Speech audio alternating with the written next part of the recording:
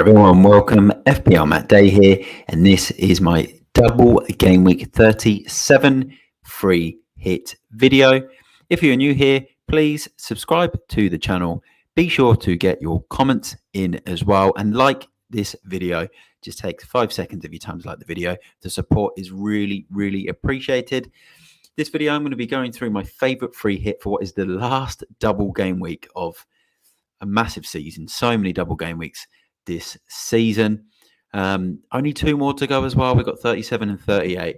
So if you've got your free hit chip left, obviously be sure to tune into this video and let me know what you think of my free hit side. Let's get straight into it. I want to share the screen and go through this side because I'm really excited to show the side. I think it's really strong. There's some solid predicted points from it as well, and some really, really good players. And as you can see here, goalkeepers, David De Gea is my number 1.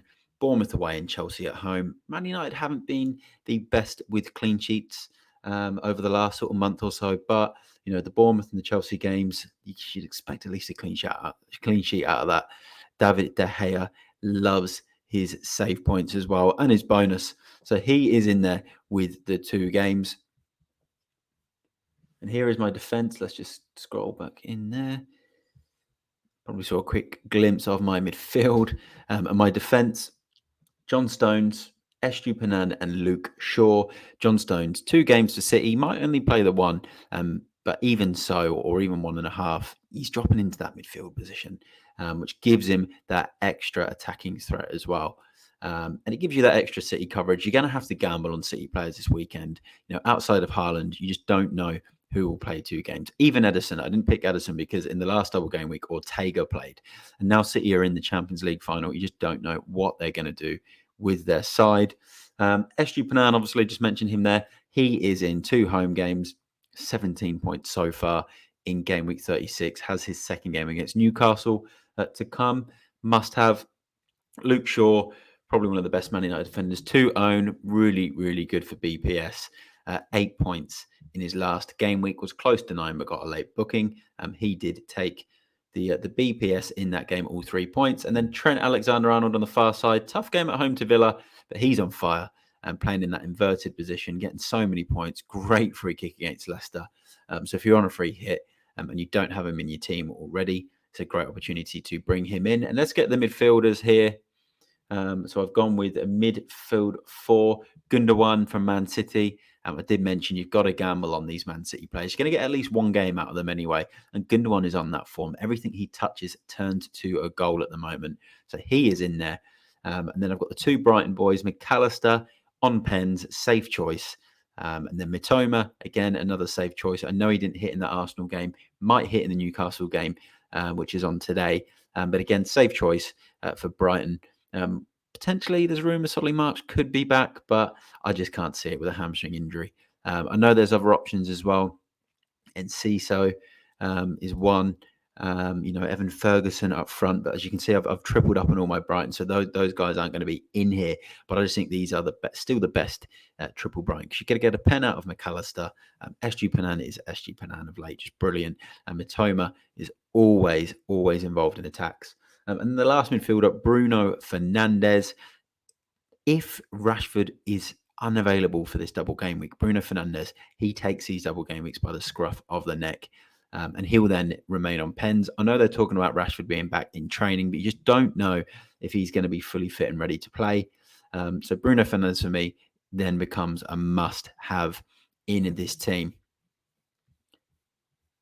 So the strikers, front 2 here, and it's probably going to raise a few eyebrows with that João Felix pick.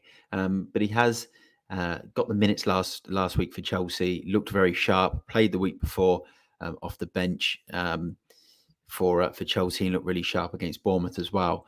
I just think you know, it's a good option to get someone completely different in there. City still have been conceding goals this season, so there might be some openings for Felix in that. But even without that, you know, Man United away, I think he will play both games. You know, he's playing for potentially a move to Chelsea next season as well. So I think gives you an opportunity to get an extra double game week player in there who you could even just get 2 games or even 1.5 games and a goal would be a good return from João Felix. And then Haaland, captain's armband's on him. Definitely in the side. Don't need to say too much about him. Breaking the records this season, scoring goals for fun, loves home games as well. Will he play both games? Hard to tell. Might not play the second one. We could see someone like Julian Alvarez, but I expect him to be captained by plenty of other managers. Couple of other captain options in there as well. Bruno Fernandes, Mitoma, because you know you're going to get both games out of Mitoma as well. Estupiñán too, after his heroics in game week 36. So there's definitely some options there from the double game weeks, or even Trent for a 1 week single game week player, just because his ceiling is so high right now. So let's go to the bench. And I've still created some really good options on the bench for you. I've got Mendy. It's really between him and Kepa. You don't know who's going to play, but it's always good just to have a goalkeeper in reserve. And then Kai Havertz as well, another double game week player. You never know. Could be a late injury to one of these players, and you've got a double game week player coming off your bench. This happened to me in free hit 34 when De Bruyne did not play, and it was really, really tough. He was injured in that game week. It was just a really bad situation, and I didn't have any double game week coverage or any other midfielders on my bench, which was a big mistake. So be sure to make sure to have a solid first sub, because you just never know. And then Eze as well, he is in there. The man is on absolute fire. You could even make the change and bring Eze in for Trent in this team if that's something you wanted to try, because a good fixture, Fulham, be an open game. He's on form. And then Ashby from Newcastle, there he was just 3.8 million, just to stay within that budget.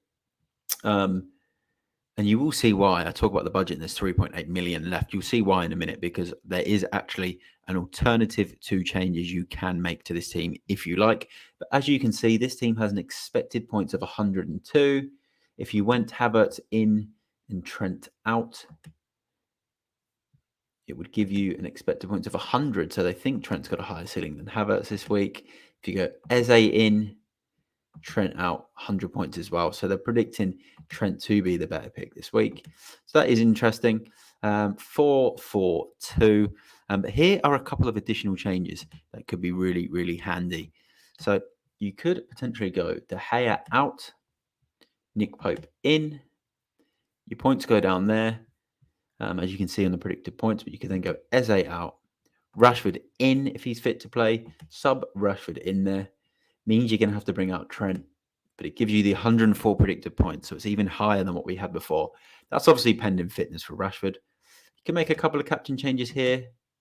You lose out there if you go Rashford. Lose out there if you go Bruno. Haaland remains the favourite. Let's go back to Gundogan. But yeah, Haaland remains the favourite. So that's my alternative free hit team there on the screen. Nick Pope there in goal from Newcastle. I think he's got a pretty good fixture. But let's go into the original free hit team, which I really like. And we'll go Rashford is out there. Eze comes in. Trent back into the team. So this is my original free hit team. So I think this is the best free hit team for game week 37, the last double game week of the season. So there you have it. That is my free hit team. I hope you enjoyed it. Like I said before, please like this video, subscribe if you're new, get all your comments in, get all your questions in before this week's deadline. This will be my last free hit draft of the season. So I want to thank everyone who's tuned in this season, everyone who supported the channel, everyone that's brand new to this channel and just continue to watch videos. Absolutely love all the support and I really appreciate it. So get all your comments in and continue to support the channel, because there will be even more content the more subscribers we get as well. So I really, really appreciate all of your support. And then look, let's end it there. Really, really strong free hit, I think, for this week. Excited to see how it goes. Good luck, everyone, if you are using your free hit for game week 37. And I will see you in my live deadline stream prior to game week 37. I'm at FPLMattDay, and I will see you in the next one. Bye for now.